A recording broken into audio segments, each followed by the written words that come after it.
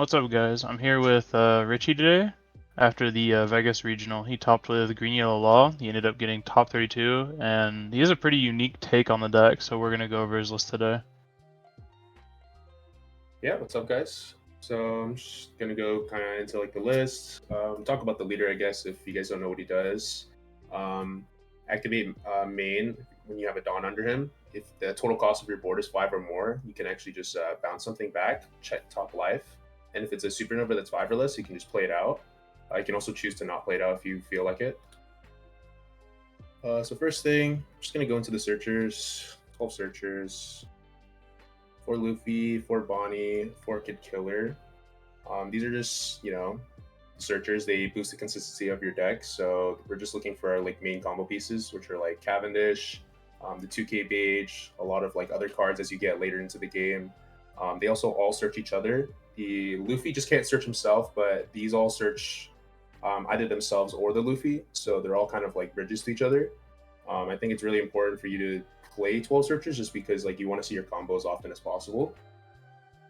And then just gonna go into the 2Ks here. So we have 4 Beige, pretty much like a combo enabler in this deck, which is the 2K Hiyori of the deck, where you can take a life and then put a supernova into life, usually a Cavendish, Blocker Law, or a Bonnie most of the time. Um, this is like one of the main combo pieces that you want to see going first or second, just because this enables your leader effect basically, along with another card that we'll see later. Also have two 2K Apu and one 2K X Drake. These are just searchable 2Ks at the end of the day, but they also help you control the board into some decks like Betty. Um, you really want to see these cards into Betty because the Searcher Poo is able to answer like a couple searchers, can swing into those or the Kumas, and then X Drake enables you to swing into like the Karasu or the Ivankov when they played out. So the way to play against Betty is just to like control the board and bleed out their hand, which these are really important for. But otherwise, they're just 2Ks. I was gonna ask, did you ever miss like a second X Drake possibly, or did it not come up enough to want another one? I think like X Drake really only comes up versus Betty, so the second copy is not like warranted most of the time. But I'd say with like Betty winning most of our majors, it's probably okay to include a second copy if you feel like it. But you can also just like get away with not playing X Drake. Like you just block her up and keep bleeding them out anyways, because they'll turn the Karasu sideways. Yeah. Also got three 2K Tashigi. Kind of wish I played a fourth, but I just had to make some room. This ended up becoming something else later that we'll see in the deck, but Tashigi is really good just because this is like a full protection on your board. Um, Beige is also a really good card that protects your board, but it doesn't actually protect your board most of the time because it still gets sent to life. So even though like you're like pseudo protecting the board, it still comes off of the board. However, with Tashigi, you're fully protecting your board. So if you have something like a Cavendish that you really need to stick, it's guaranteed to stay on the board. And also, this can be played off of a 5 cost blocker law that we'll see later. So this card is like super insane. Kind of most important into like UP, I would say, just because UP plays like God Thread, Nine Mom, Mihawk, Gravity Blade, a lot of removal that can like kind of disrupt your tempo. But this card just like kind of helps you run over them when you have a Cavendish established. And we'll just go into some of the blockers here. We have 4 Blocker Bonnie, 4 Blocker Beach. So Blocker Bonnie is just like more copies of the 2K Beige, just in the blocker form. It's also really good when you go second because you only need to see a 2 cost plus the Bonnie going second, and you're able to leader effect on 4 Dawn, which is super big. It's huge amount of tempo, like playing a Cavendish on your 4 Dawn turn, or even playing a Freeze Bonnie, so your opponent can't technically have like a real 5 Dawn turn. Beige we kind of talked about a little bit already, just like pseudo protection, but also like a cheap blocker. So it does everything. Like it's also playable off of blocker law, which is super good. And healing yourself, which even though like it doesn't fully protect the board, like still healing yourself and being able to like free leader effect for the next turn is also really good. So definitely must have at 4. Then we'll just go into like the main 5 costs of the deck, like the main 4. Just like 4 Cavendish, 4 Blocker Law. These are probably the best Supernovas that you can play off of your leader effect. Also, just like the best Supernovas just to have in your hand, because you always want to see Cavendish first. The earlier you establish a Cavendish, like the more Dawn you're able to restand throughout the whole game, because you're going like restand 2 on the turn that you play him, plus restand 2 every swing after, and then this could be like further reinforced by something like Restand Law, which I have 3 copies of. So when you're able to stick a Cavendish and play a Restand Law on top of that, you're just getting a lot of value, because the Restand Law gets you a second swing on the Cavendish. So you're getting the second swing plus restanding another 2 Dawn. So you're basically playing a 3-6 and getting a second swing off of this guy. So pretty good value overall, and helps you like just run away with the game, because restanding 4 Dawn a turn is like super insane. Just 2 Dawn a turn is already really good, but like restanding 4 is even better. Plus, like you're getting the second swing in. So versus a deck like UP, the earlier you're able to pressure them, you're able to get like more cards out of their hand, just because they are like still a 3 life leader. And if you can just like mitigate the amount of turns it takes to get to the late game, then you can kind of prevent them from drawing as many cards, because you're able to just like end the game quicker. Also have the 4 Blocker Law, pretty good card. Basically one of the best that you want to play off of the leader effect, because you can go like, usually your boards look like double Searcher plus like a Beige or something, sometime in like the main game. And then when you go leader effect, you can go return Beige, play Blocker Law, return a Searcher, and then play out like a Tashigi. You can play out a Blocker Beige, Blocker Bonnie, or you can even just like replay a Searcher and grab another card. So he just generates like more and more value for the deck, as you're able to keep cycling through your Searchers and then play out the cards as you need. Tashigi to protect board, blockers to protect your board and life. Then we have the 4 5-cost Freeze Bonnie. It's super good card. Definitely not the one that you want to see like most of the time, except into certain decks, like when you're going second, because when you get to 4 Dawn and you're able to leader effect and you can play out a Freeze Bonnie, if you're able to freeze one of their Dawn so they don't go to 5 Dawn, kind of hurts like a lot of decks that I would say like a lot of decks in the meta like really need their 5 Dawn turn to establish a really important 5 cost, or do something like Buggy needs to tap 5 Dawn for their leader effect so they can play out usually 2 bodies. But other times, like you can also just use it to ruin your opponent's curve, or if you're playing against like a Luffy deck and they ramp into 1 big body and they just try to play off of that big body for the rest of the game, you can just continuously freeze it. So you can go like stun the big body, and then on following turns, kind of like return it, replay it, just keep the body frozen so that you're able to mitigate a little bit of aggression from your opponent.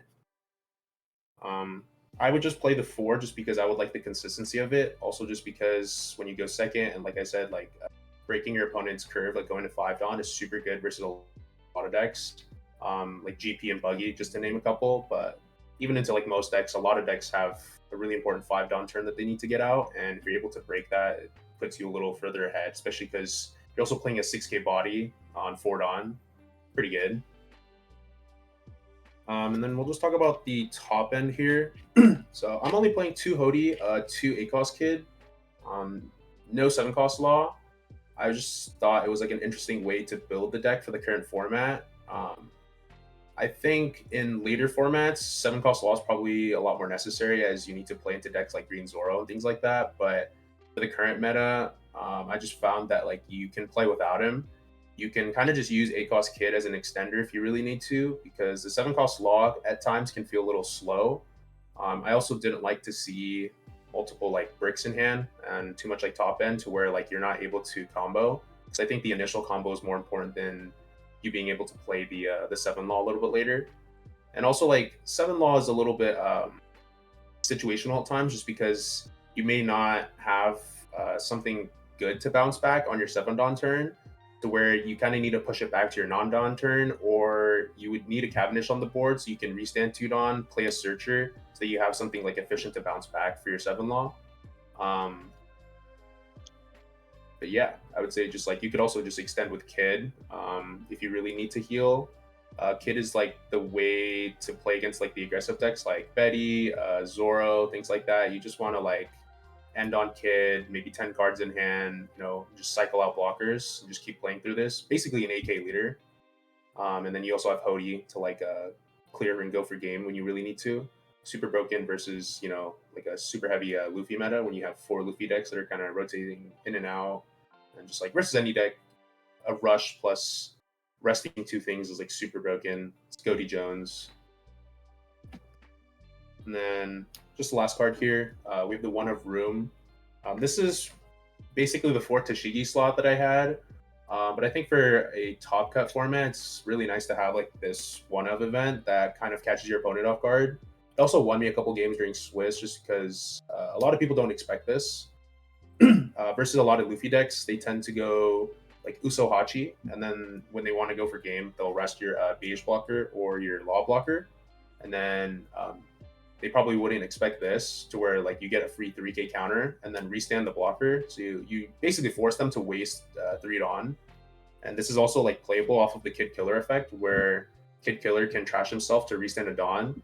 And then you can use Room to just catch your opponent off guard. Basically to where they wouldn't expect this because most of the time, like you're not going to expect Law to have an event in hand to where, and they probably wouldn't even know about Kid Killer's secondary effect, which doesn't really come up that often in Law.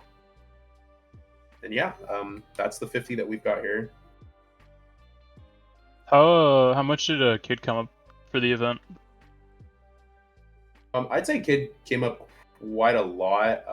Versus GP, like this card is super broken. If they don't see Gamma Knife, it pretty much like wins you the game on the spot because turning yourself into an AK leader with them having like no answer is really hard for them. Also really good versus Betty because you kind of just want to like you kind of just want to bleed them out and then sit on top of Kid to where like they're like maybe 1 or 0 cards in hand sitting at like 4 life, and then you have a Kid plus like multiple blockers to where like you're in a really good spot to where you can never die, and they would have to kind of hit the nuts. Like they have to spit out like multiple bodies and have a reducing koala or raise max in hand in order to even like fight the Kid. So this card definitely like MVP in the Betty matchup. Yeah, I was just thinking with like how aggressive your build was, I was curious how much you actually ended up using Kid, or if you were just winning games before Kid would even be like a relevant card. Yeah, I think like the idea is if you are like just playing aggressive enough, you can just close out the game with Hody, and then if you don't feel like you can close out the game with Hody yet, you can just extend with the Kid.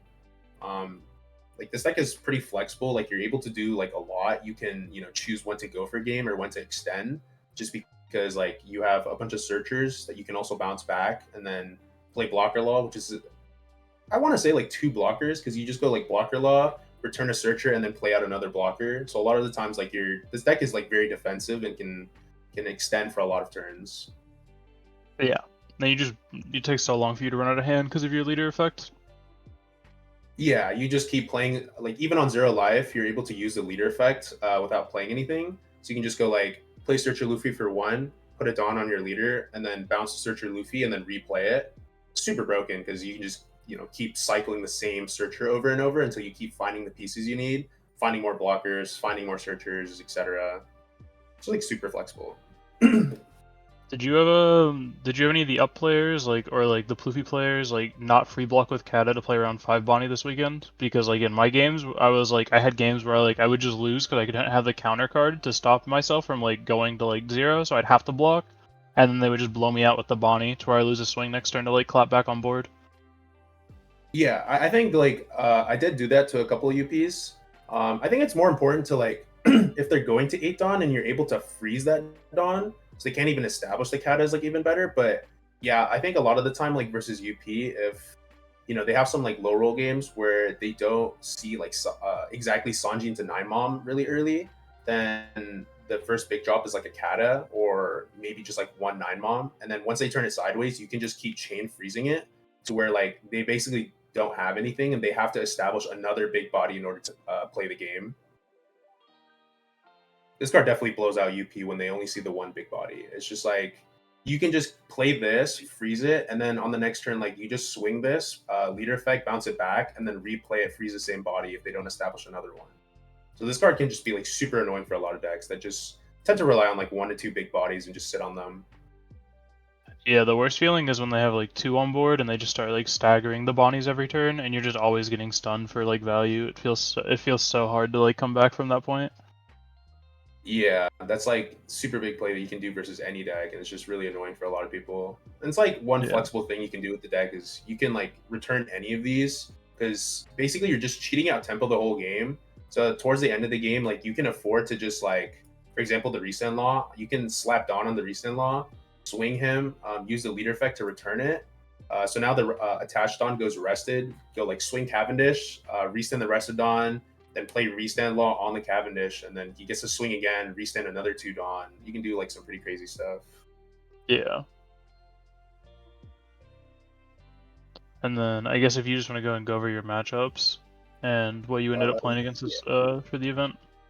Let me pull up the matchups real quick. So round 1, I played against Buggy. Round 2, I played against Betty.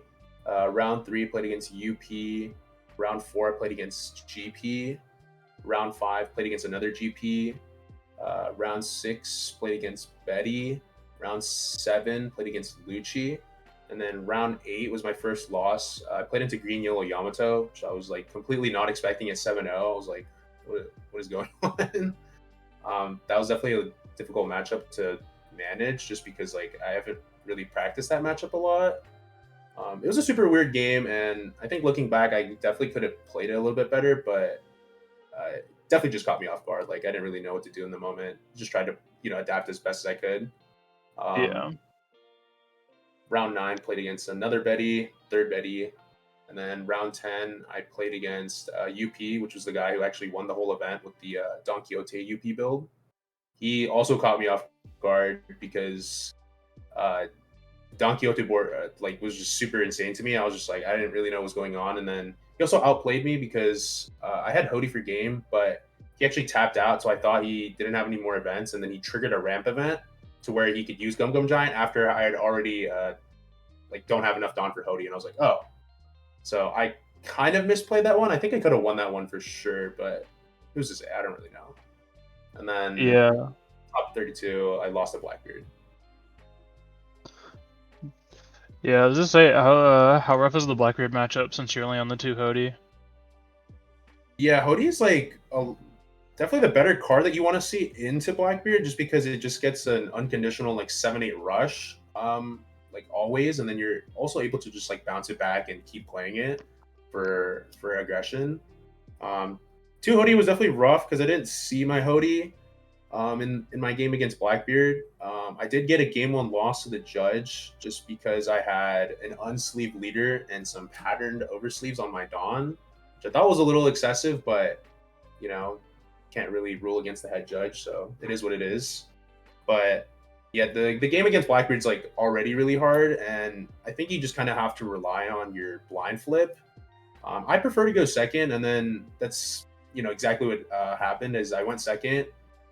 He leader affected going to my 4 Dawn turn, so I had to just rely on the blind flip, and the blind flip was a Searcher Bonnie, so I did not play it. And from there, I kind of just bled out really hard just because he played out Tripper Burger, and I just couldn't keep up.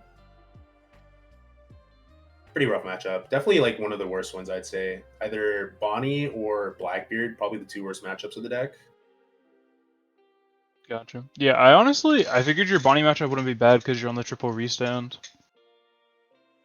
Yeah, Resend's pretty good into Bonnie. Also, like the no 7 Law helps a lot into Bonnie because 7 Law is not very great into Bonnie because they play things like Carrot. So once it goes sideways, they just rest it. And if you have a 7 Law and a Cavendish on the board, you're just like losing value no matter what. So either like you swing Cavendish, they rest the 7 Law, or you swing the 7 Law, they rest the Cavendish. So you're losing like hella value regardless of what you do in that situation.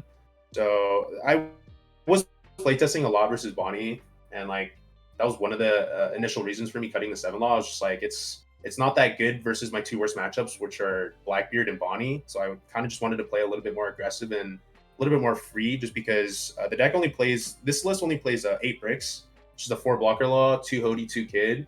And you can count the room as a 9th brick technically, but it just like enables me to combo pretty much like 99% of the time and always have counter to defend myself if they go for it. Because sometimes you just get caught with like 2 7 laws, maybe a Hody in your hand, and then like you just can't counter out of a lot of swings, which can be an issue. Yeah, I was kind of shocked with how good your matchup spread is overall for the deck. Like your only bad matchups are like super low representation decks. For like how little represented like GY actually is, I was kind of shocked. GY is kind of picking up some steam now, and even more so in 12, just because the deck continues to get more support. I'd say like the most popular bad matchup would definitely be Betty, but I don't think like Betty's unwinnable. It's just like you have to play even more tight than you already play like most matchups, and then versus Betty, if they go second, they high roll you. Like it is what it is. Like you can't really do much about that, but you just try to play it as best as you can. But yeah, I'd say like more people are starting to hop on the deck now. I think like the matchup spread is not terrible, and like you're pretty good into a lot of the best decks. And even if you're not, like it's still playable. Like the deck is so flexible, has a lot of outs to a lot of things. So if you play it really tight, you can just kind of play through and steal wins from anybody. And like the deck is just really flexible. Like you can just do a lot of things. Yeah.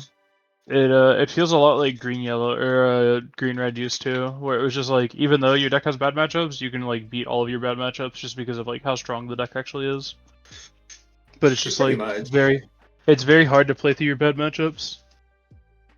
Yeah. Like Bonnie is a little bit more manageable, but for sure Blackbeard is just you have to just get really lucky on the blind flip because other than that, like you just have to maybe hope they break because you don't get on play, so you can't manipulate your life ever. So you're just kind of preying on the blind, whatever's in there, you know. Yeah. But alright, well, I guess if you're gonna be, shout out or any closing remarks. Yeah. Shout out to the Dostown team, of course, all the testing buddies who helped me like, prep for the event. Um, I played a lot of GY games to get to this point.